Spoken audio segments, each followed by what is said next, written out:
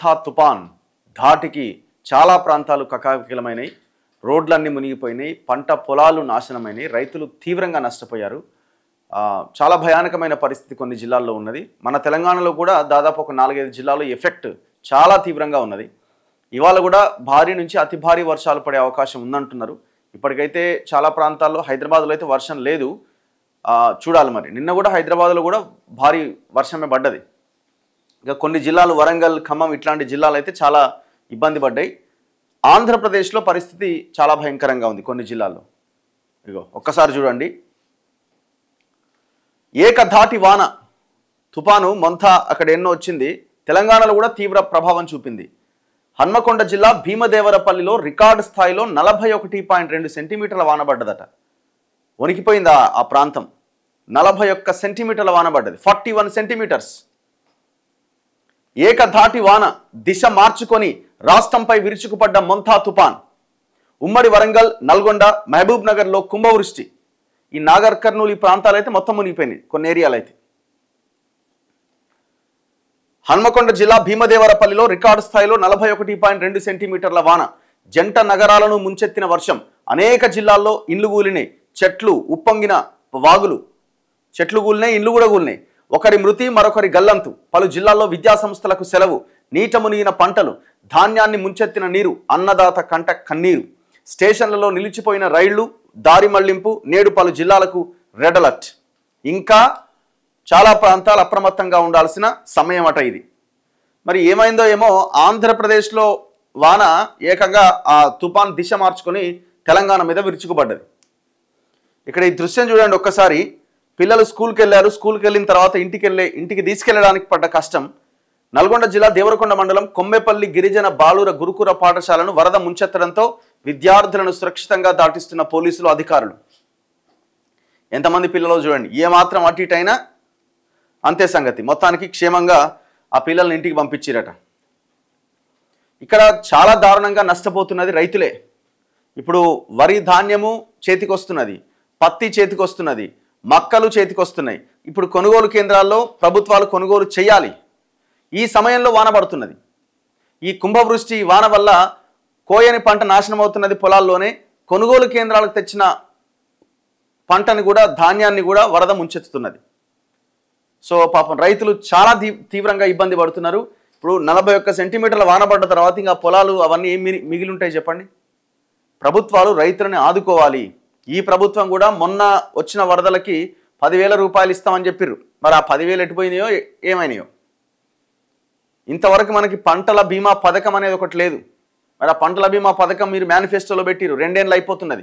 22 నెలలు మీరు అధికారంలోకి వచ్చి మరి ఇంతవరకు ఆ పథకాన్ని ఎందుకు అమలు చేయలే, ఎందుకు ప్రవేశపెట్టలే? 4th సిటీ మీద చాలా ఉత్సాహంగా పనిచేస్తున్నారు. మూసీ సుందరీకరణని 4,000 కోట్లు ఏడీపీ దగ్గర అప్పు తేవడానికి రెడీ అయ్యారు. కేంద్రం అనుమతి కోసం వెళ్ళిర్రు. ఇదంతా నడుస్తున్నది కదా, మరి ఇదెందుకు నడవలే? ఊహించని రీతిలో తీవ్ర తుఫాన్ మొంథా తెలంగాణపై విరుచుకుపడ్డది.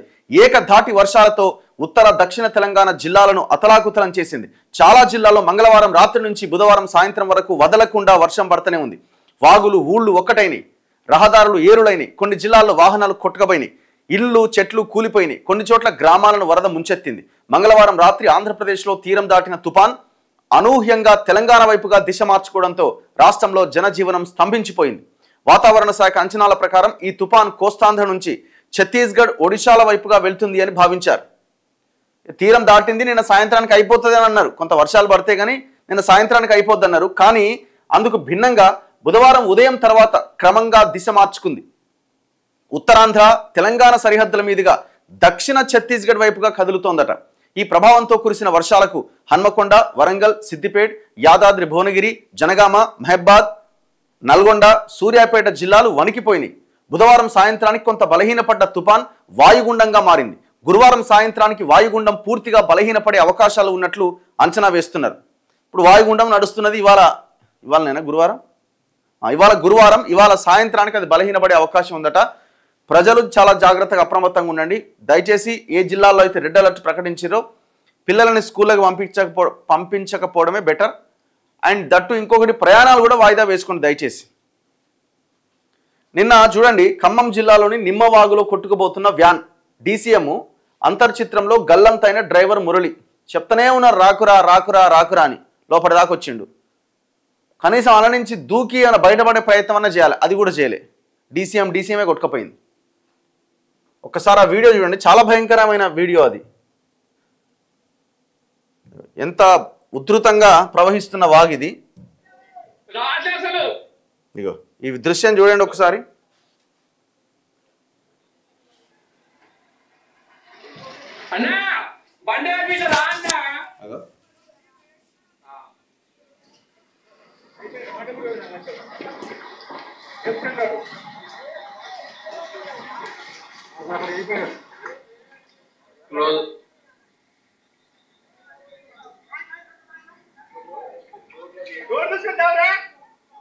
ఏం డోర్లు తీస్తాడు, ఎటు పోతాడు?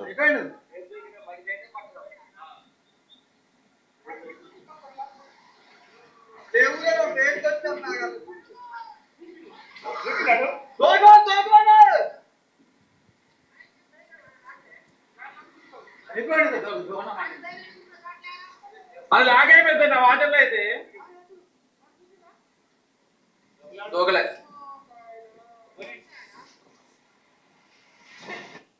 ఇది పరిస్థితి. కూడా సాగుతుందా రాజాసలు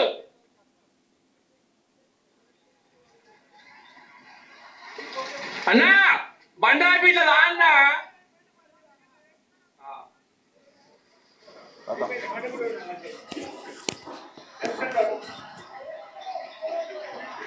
సో నా జరిగింది పాపం. ఆ డ్రైవర్ కూడా అందులోనే కొట్టుకపోయింది. ఈ అబ్బాయి ఇతనే డ్రైవర్. బండి పోయింది, మనిషి కూడా పోయింది వాళ్ళకి. సో చాలా దారుణమైన దృశ్యం అది. మీరు చూడండి ఒకసారి ఈ విజువల్స్ చూడండి ఎంత భయంకరంగా ఉన్నాయో. నాగర్ కర్నూలు జిల్లా తాడూరు మండలంలో వాగు దాటుతున్న ఐతోల్ భల్లాన్పల్లి గ్రామాల ప్రజలు. నాగర్ కర్నూలు జిల్లా ఉప్పునుంతల మండలం లత్తీపూర్ వద్ద కోతకు గురైన శ్రీశైలం హైదరాబాద్ జాతీయ రహదారి ప్రయాణాలు మొత్తం ఆగిపోయినాయి. మొత్తం అంతా ఆ వాగు ధాటికి, ఆ వరద ధాటికి మొత్తం రోడ్ అంతా కోతకు గురైంది. నాగర్ కర్నూలు జిల్లా అచ్చంపేట మండలం గణపురం వద్ద కల్వర్ట్ తెగిపోవడంతో తాడు నిచ్చెన ఆధారంగా వాగు దాటుతున్న ప్రజలు. సాహసమే అది, ఏమాత్రం అటు ఇటు అయినా నీళ్ళలో కొట్టుకుపోవడమే.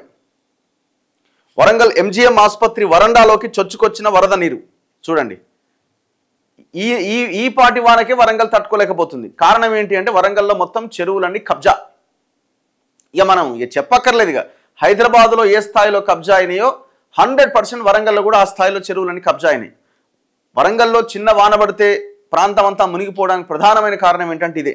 ఎవ్రీ ఇయర్ మనం చూస్తున్న వరంగల్ సిటీ మొత్తం మునిగిపోతున్నది. ఇంకా 9 గంటలు ఓరుగల్లు ఆగమాగం.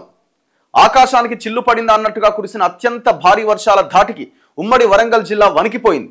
రాష్ట్రంలోని అత్యధికంగా హన్మకొండ జిల్లా భీమదేవరపల్లిలో 41.2 సెంటీమీటర్ల వాన పడ్డది. వరంగల్ జిల్లా పర్వతగిరి మండలం కల్లెడలో 34.8 సెంటీమీటర్లు పడ్డది. ఉదయం 8 నుంచి రాత్రి 8 లోపుగా ఈ స్థాయి భారీ వర్షం నమోదు కావడం రికార్డ్. నెక్కొండ, సంగెం, ఖిలా వరంగల్, వర్ధన్నపేట, రాయపర్తి, వరంగల్, గీస్కొండ, చెన్నారావుపేట మండలాల్లో కుండపోత. జనగామ జిల్లా పాలకుర్తి, నర్మెట్ట మండలాలతో పాటు హన్మకొండ జిల్లాలో వర్షాల ధాటికి జనజీవనం ఆగమాగమైంది. భీమదేవరపల్లి, హసన్పర్తి, దామెర మండలాల్లో పలు గ్రామాల మధ్య రాకపోకలు స్తంభించినాయి. మహబాద్ జిల్లా ఇనుగుర్తి, డోర్నకల్, గార్ల మండలాలను వాన ముంచెత్తింది. గ్రేటర్ వరంగల్ పరిధిలోని పలు కాలనీలు, అండర్ పాస్లు ఉన్న ప్రదేశాలు నీట మునిగి రాకపోకలకు అంతరాయం ఏర్పడ్డది. ఎంజీఎం ఆసుపత్రి, హన్మకొండ బస్టాండ్ ఆవరణలు నీట మునిగినాయి. వరంగల్ జిల్లా రాయపర్తి మండలం మైలారంలోని ఒక కోళ్ల ఫారంలోకి వరద నీరు చేరడంతో సుమారు 5,000 కోళ్లు చచ్చిపోయినాయి. మొరిపిరాల శివారులోని లింగాలకుంటలో 15 గొర్రెలు గల్లంతైనాయి. నల్గొండ పైన వరద బండ. ఉమ్మడి నల్గొండ జిల్లాను కూడా వర్షాలు, వరదలు అతలాకుతలం చేసినాయి. యాదాద్రి భువనగిరి జిల్లా ఆత్మకూరు, అడ్డగూడూరు, ఆలేరు తదితర మండలాల్లో వాగులు ఉప్పొంగినాయి. మూసి ఉప్పొంగడంతో పలు మండలాల మధ్య రాకపోకలు నిలిచిపోయినాయి. సూర్యాపేట, నల్గొండ జిల్లాల్లో స్కూళ్లను వరద చుట్టుముట్టింది. ఎంత ఘోరం చూడండి. ఇగో మద్దిరాలకు అర్వపల్లిలో, సూర్యాపేట జిల్లా జాజిరెడ్డిగూడెం మండలం అర్వపల్లిలో కస్తూర్బా పాఠశాల జలదిగ్బంధమైందట. మద్దిరాలకు ద్విచక్ర వాహనంపై వస్తున్న కోట లక్ష్మీనారాయణ అనే వ్యక్తి పైన చెట్టు కూలిపోయింది, చనిపోయింది. చాలా దారుణం. నాగర్ కర్నూలు గుండె గుబేల్, అక్కడ కూడా భారీ వాన పడ్డది. భయపెడుతున్న మున్నేరు. ఏది మన ఖమ్మం జిల్లాలో ఆకేరు వాగులోంచి భారీగా వరద నీరు చేరడంతో ఖమ్మం నగరంలో మున్నేరు ఉధృతంగా ప్రవహిస్తోందట. ఆ మధ్య లాస్ట్ టైం 50 సెంటీమీటర్ల వానతో ఖమ్మం అంతా అతలాకుతలమైంది. 16 జిల్లాలకు వరద ముప్పు ఉందట. భారీ వర్షాలతో 16 జిల్లాలకు వరద ముప్పు పొంచి ఉందని వాతావరణ శాఖ ప్రకటిస్తోంది. గోదావరి పరివాహక ప్రాంతంలో ఉన్న ఆదిలాబాద్, నిర్మల్, నిజామాబాద్, జగిత్యాల, కామారెడ్డి, కరీంనగర్, సిద్దిపేట్, హన్మకొండ, జనగామ, యాదాద్రి భువనగిరి, వరంగల్, మహబాద్, మెదక్, మేడ్చల్, మల్కాజ్గిరి, పెద్దపల్లి జిల్లాల్లో వాగులు వంకల్లో ప్రవాహ ఉధృతి పెరగబోతున్నదట. ప్రాజెక్టులు, చెరువులకు వరద పోటెత్తి వాటి దిగువ ప్రాంతాల్లో ముంపు ప్రమాదం పొంచి ఉన్నదట. ఏ జిల్లాలను రెడ్ అలర్ట్ కింద ప్రకటించారు అంటే చాలా ప్రమాదం తీవ్రంగా ఉన్న జిల్లాలు మహబాద్, వరంగల్, హన్మకొండ, జనగామ, యాదాద్రి భువనగిరి, సిద్దిపేట జిల్లాలో అతి నుంచి అత్యంత భారీ వర్షాలు కురిసే అవకాశం ఉందట. అతి కాదు, అత్యంత. ఆదిలాబాద్, మంచిర్యాల, నిర్మల్, జగిత్యాల, రాజన్న సిరిసిల్ల, కరీంనగర్, పెద్దపల్లి, జయశంకర్ భూపాలపల్లి, సూర్యాపేట జిల్లాల్లో భారీ నుంచి అతి భారీ వర్షాలు కురిసే అవకాశం ఉందట. మిగిలిన జిల్లాలో ఒక మోస్తరు వానలు పడతాయట. అంటే ఇంకా ఆ వాయుగుండం కంటిన్యూ అవుతున్నది. ఇవాళ సాయంత్రానికి కానీ అది బలహీనపడదు. సాయంత్రానికి బలహీనపడే అవకాశం ఉంది. ఆ వాయుగుండం బలహీనపడి అల్పపీడనంగా మారాలి. సో అంతవరకు ఈ వానలు భారీగా పడే అవకాశం ఉంది. ఏ ప్రాంతాల్లో ఎట్టెట్ల వాన పడ్డది, ఎక్కడా 20 సెంటీమీటర్లకు తక్కువ వాన పడలే. ముఖ్యంగా హన్మకొండ, వరంగల్లో అయితే అబౌవ్ 30-35 సెంటీమీటర్స్ వాన పడ్డది. భీమదేవరపల్లిలో టాప్ 41.2, కల్లెడ పర్వతగిరిలో 38.2, ఉర్సు కిలావరంగల్ 33.6, రెడ్డివాడ నెక్కొండ 33.3, ధర్మసాగర్లో 32.3, కాపుల కనపర్తి సంగెం 32.2, వర్ధన్నపేటలో 30, హుస్నాబాద్లో 29, గూడూరు పాలకుర్తిలో 27. ఇట్లా ఎక్కడ కూడా 20 సెంటీమీటర్లకు తక్కువ వాన పడలే.